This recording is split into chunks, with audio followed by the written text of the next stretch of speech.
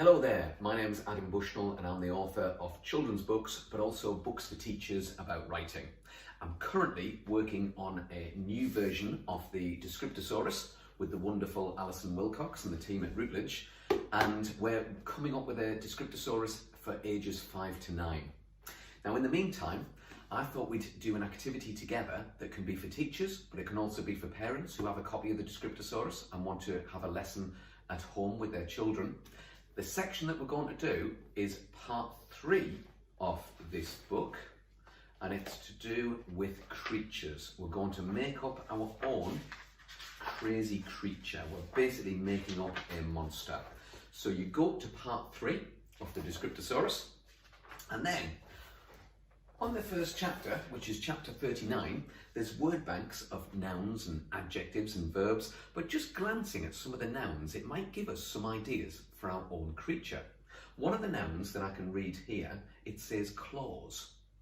Now, as soon as I say the word claws, you might have in your head something like a lobster claw. So already you've started designing parts of your creature just by that, using that one word, that one noun, claws. But the children that you're working with might have some very different ideas. They might not think of lobster claws. They may think of the claws of a dinosaur, such as a T-Rex. Or they might have a different idea again. They might think of claws like a tiger. They might think of claws like a scorpion. They might think of claws like a completely different creature. And you get a whole range of different ideas just from that one word, from that one noun, claws. It might be that when you look at a different noun, that it seems a little bit more closed. For example, if I look at the noun tentacle, I automatically start thinking of an octopus. And I might think of octopus tentacles like these that the creature has for its fingers. But you were to ask children, they might have a different idea. They might think the creature has a tentacle on its nose, or coming out of its ears. Or its whole hand and arm might be tentacles. So as soon as you start exploring the nouns in the first word bank on this chapter, you begin generating ideas straight away. Now, I love using the Descriptosaurus with children. It just works really, really well.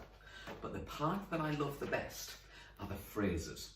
I tend to find that if you give children the complete sentences, they don't know what to do with them, because they automatically just think, well, it's a complete sentence. What do I need to do to that sentence? No need to improve it. It's a fantastic sentence, which is what this book is for. It's for modelling fantastic writing. Similarly, if I was to give children just a word, they might not know what to do with it once they've generated their initial ideas, whereas when you give them the phrases, they can create their own independent sentences.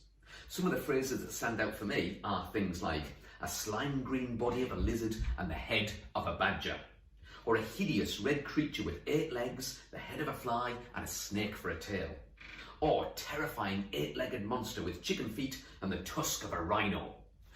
What that's doing for me is it's painting a picture in my head of creatures, monsters with different parts of different animals. So I might want to do exactly that, make up my own creature that is a multitude of different animals. When I look at another phrase here, I've got here a trunked creature. That's the one that I'm going to go for. I'm going to go for a creature with a long trunk. And then I might start thinking about other nouns to consider, such as horns and fur, and it could be long, and adjectives like long and hairy. It could have verbs like covered and hung. And I'm pulling that vocabulary out from here to give myself some ideas. Now, once I've done that, I could look at some of the other phrases. For example, a furry body, a thick fleecy coat, thick tussocks of hair, and then the verb phrases such as sprouted from its body, or that it was covered in inky black fur. I can make some changes to those suggested phrases as well. I don't have to stick with exactly what the Descriptosaurus says, it's just to generate independent ideas. So instead of it being covered in inky black fur, I've decided that my creature is going to have some stripes on it.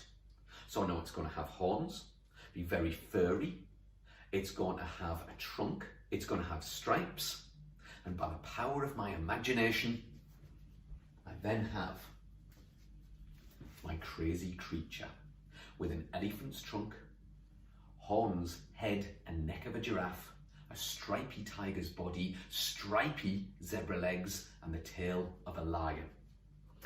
But it's this I could then work through the rest of the chapters in the Descriptosaurus and the creatures section and use the adjectives, verbs and nouns and look at the phrases to come up with descriptive sentences to describe each body part. There's a chapter for the head, for the eyes, for the arms and the legs, wings and a tail. There's a section here on smells and sound, on movement, on habitat, on abilities and actions, but then we get to weapons and destruction, my favourite part. Looking at some of the phrases here, I've got deadly poison from the warts on its skin. Well, my creature doesn't have warts, so I might adapt it to deadly poison that oozes from its stripes. It might have pillar-like teeth, so inside this giraffe head there might be pillar-like teeth. Maybe they drip poison. A long snout was like a vacuum hose. Verb phrases, it sucked the blood out of its prey. That would link to that long snout like a vacuum hose. And then here, it sucked out the heart of the sleeping victim. So already, just by looking at certain phrases picked out from the chapters, I can start to create my own crazy creature. And perhaps that's something that you could do with your class or with your children that you're currently homeschooling as well. Descriptosaurus, absolutely the best resource I've ever come across in a school, as agreed by myself, but also the Monster Snuffles. I hope that's been useful. Bye for now, everybody.